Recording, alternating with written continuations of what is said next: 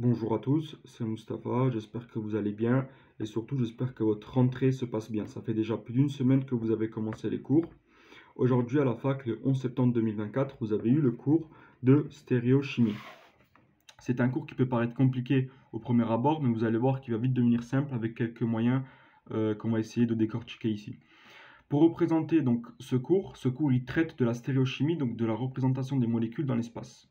Déjà, il faut savoir que les molécules, on peut les représenter dans un plan. Donc, il existe plusieurs manières de représenter une formule. La première manière, c'est la formule brute. Ok, donc, on montre la molécule simplement sous forme d'une composition chimique. Ensuite, deuxième formule, c'est la formule développée. Là, on montre toutes les liaisons entre les atomes. Donc, par exemple, ici, vous avez l'éthane.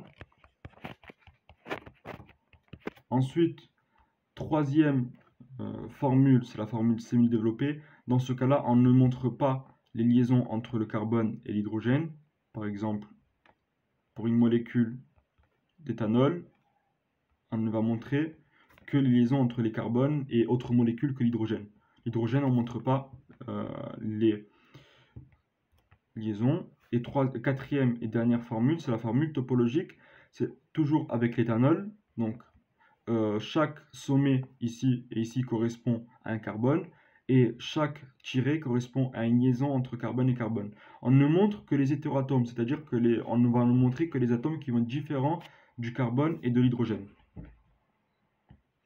Ensuite, il faut savoir que les molécules, elles ont une représentation spatiale. Donc la première représentation, c'est la représentation en coin volant. Par exemple, ici un carbone tétraédrique, il va être relié là à un H, ici un H, là un CH3 et là un CHO. Okay, donc là et là les liaisons sont dans le plan. Ici c'est une liaison en trait plein, donc le trait plein ça veut dire que la liaison est en avant du plan. Et là la liaison avec un trait en, en trait hachuré, ce sont des liaisons en arrière du plan.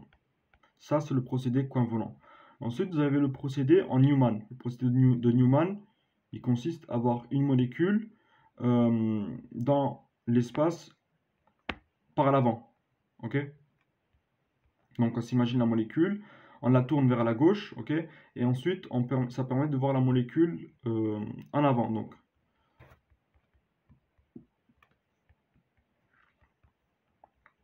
les carbones en avant sont représentés par le trait et par les liaisons qui vont jusqu'au centre. Ensuite, le carbone de derrière, on ne le voit pas parce qu'il est caché par le carbone de devant. Et les liaisons qui partent du carbone de derrière, elles sont représentées ici. Les voici. Autre représentation, c'est la représentation ou projection de Fischer. Elle permet de représenter des acides aminés. Donc on s'imagine ici un acide aminé. Cet acide aminé, ou alors bon, c'est pas un acide aminé ça, mais c'est vraiment des molécules comme par exemple les sucres. Ça permet de représenter soit les acides aminés, soit les sucres, etc. Elle respecte plusieurs règles. Donc on commence par mettre tout en haut la fonction chimique la plus oxydée. Ensuite, il faut aussi savoir qu'une liaison horizontale, c'est une liaison en avant du plan, et une liaison verticale, c'est une liaison en arrière du plan, donc en trait hachuré. Dernière chose à savoir pour cette représentation, c'est que en fonction de la position de l'alcool relié au dernier carbone asymétrique, on va pouvoir avoir la nomenclature de la molécule. Si l'alcool est à droite, donc comme dans ce cas, la molécule elle va être D. Si l'alcool est à gauche du carbone asymétrique, la nomenclature va être un L. C'était la dernière chose à savoir pour la représentation de Fischer. L'isomérie. Maintenant, on va voir que les molécules, elles ont une isomérie, c'est-à-dire qu'elles peuvent être des mêmes molécules, avoir la même formule brute, sauf que leur disposition va changer. Okay, donc il existe les isoméries de constitution, les isoméries de position. Par exemple, ici, un alcool primaire, et là, toujours, là c'est un alcool secondaire, là je mets un alcool primaire. Elles ont la même composition, la même formule brute, sauf que en fonction de la position de l'alcool, la molécule n'est plus la même.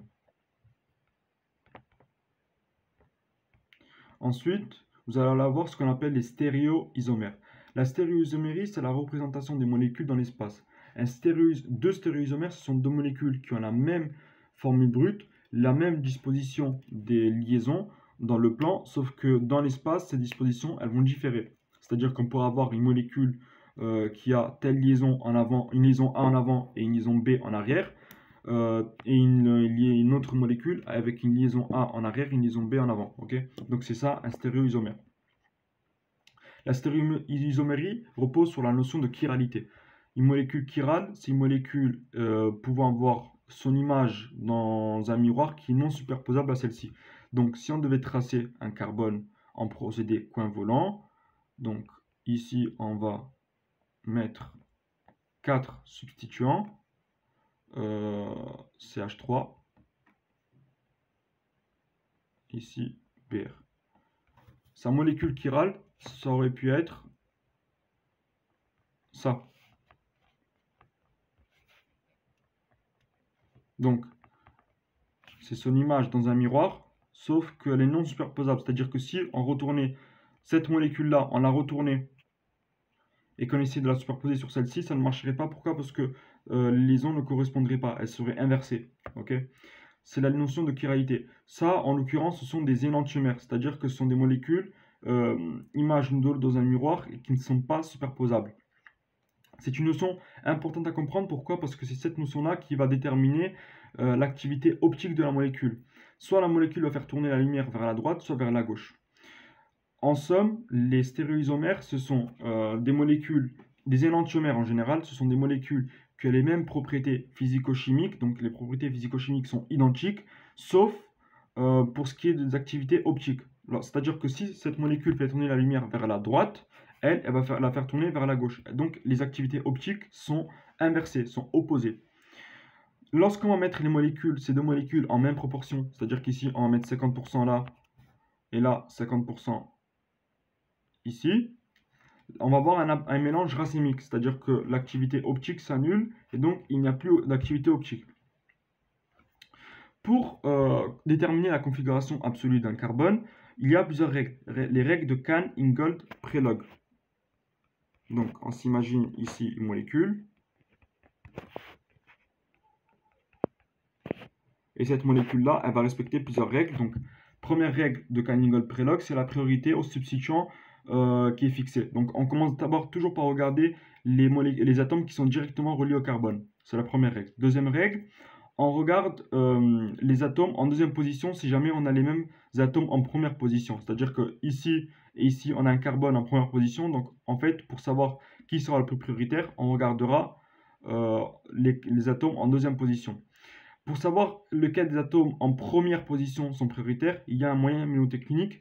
C'est d'abord, il faut savoir que c'est d'abord l'iode le plus prioritaire, ensuite le brome, ensuite le chlore, ensuite le soufre, ensuite le fluor, ensuite l'oxygène, l'azote, le carbone, l'hydrogène. Il y a un moyen mnémotechnique qui est le suivant, c'est l'iguane, broute, dans la clairière, sans feuilles, ou niche, chaque hibou. Ça, c'est le moyen mnémotechnique. La règle numéro 3, pour revenir aux règles de Cahn-Ingold-Prelog, les règles de CIP, c'est qu'il suffit d'un atome de plus grand numéro atomique pour que le groupement soit prioritaire. Et la quatrième règle, c'est qu'en cas où la molécule est liée, l'atome est lié à un autre atome une double fois, par exemple comme ici, dans le cas d'un aldéhyde, on va compter l'oxygène 2 fois. Cela dit, une fois qu'on a connu ces règles, on peut commencer à numéroter. Donc, le plus prioritaire ici, ça va être l'oxygène parce qu'il a le numéro atomique le plus élevé des 4 substituants en première position. Ensuite, ici, on ne sait pas lequel des deux va être prioritaire. Pourquoi? Parce que ils sont tous les deux, le carbone il est relié tous les deux à deux autres carbones. Donc, il faut regarder les atomes en deuxième position. Donc, dans ce cas-là, on développe l'écriture de l'aldéhyde et ça va donner ça. Ok, donc ça, ce sont des atomes fantômes. C'est-à-dire qu'on compte l'oxygène comme 2 fois. Ici, ça va être 3 hydrogènes. Donc, 3 hydrogènes. Et donc, le plus prioritaire ici, c'est lui. Pourquoi? Parce que lui, il est relié à 3 hydrogènes. Lui, il est relié à 1 hydrogène et 2 oxygènes. Or, les oxygènes, ils sont prioritaires sur l'hydrogène. Troisième, donc lui, c'est deuxième, le troisième, ça va être lui, le quatrième, ça va être l'hydrogène. Dans le cas où l'hydrogène n'est pas dans le plan, il va falloir changer la configuration. Donc dans ce cas-là, par exemple, la configuration va être dans ce sens R. Mais si maintenant j'avais mis une autre molécule avec un hydrogène en avant du plan, il aurait fallu changer. Ok, je vais vous montrer ma technique à moi que j'avais découverte pour avoir une configuration rapidement lorsque l'hydrogène n'était pas dans le plan. Par exemple, je trace un carbone en avant du plan, avec en avant du plan le substituant le moins prioritaire qui est ici l'hydrogène. Ensuite, un CH3 là. Là, j'aurais mis un OH. Et là, j'aurais mis, par exemple, du chrome. Ok. Première chose à faire, c'est de mettre toujours le substituant le moins prioritaire en arrière du plan. Par exemple, ici, on commence par permuter l'hydrogène et l'OH. Ok, c'est ça qu'il faut faire. On permute une première fois. La première permutation, c'est celle-ci. On permute le substituant qu'on veut vers l'arrière du plan. Par exemple, on passe l'hydrogène ici à l'oxygène là. Ensuite, deuxième chose qu'il faut faire, deuxième étape, c'est qu'il faut permuter les deux autres molécules, ou molécules ou atomes. Donc ça et ça. Ici, ça veut dire que l'hydrogène remplace l'oxygène ici, l'oxygène il vient là, le brome il vient là, et le CH3 il vient là. Et à ce moment-là, on peut commencer à numéroter. Donc on numérote, lui, l'oxygène ici le brome il est prioritaire, ok. Ensuite, pardonnez-moi, je me suis trompé. Donc, le brome, on l'a changé, donc il est permuté, il est ici. C'est lui le prioritaire, c'est le 1. Ensuite, le deuxième prioritaire, ça va être l'oxygène en 2. Ensuite, le troisième prioritaire, ça va être le carbone. Et le quatrième, ça va être l'hydrogène. Donc, si on devait tracer la molécule dans l'espace, ça va donner ça. Okay, ça va donner une molécule S, sinister. Voilà pour ce qui est des méthodes pour changer et permuter les molécules. Donc j'espère que cette méthode vous a plu. C'est une méthode du coup qui sert à permuter et avoir une configuration rapidement. Donc je vous la refais. Là, vous avez l'hydrogène qui est en avant. C'est pas ce qu'on veut. Il faut ramener l'hydrogène en arrière. Donc il va falloir permuter les deux. Ok. On permute ensuite les deux autres. Et donc, la numérotation va se faire comme ça. Le carbone et l'hydrogène, il va être là, donc il va être le quatrième. Le brome, il va être là, donc ça va être le premier. L'oxygène, il va être là, donc ça va être le deuxième. Et là, il va y avoir le méthyle, et donc ça va donner ça. Et là, ça va être une représentation en R rectus. Donc, je vous remercie d'avoir écouté ce live et je vous souhaite une bonne soirée.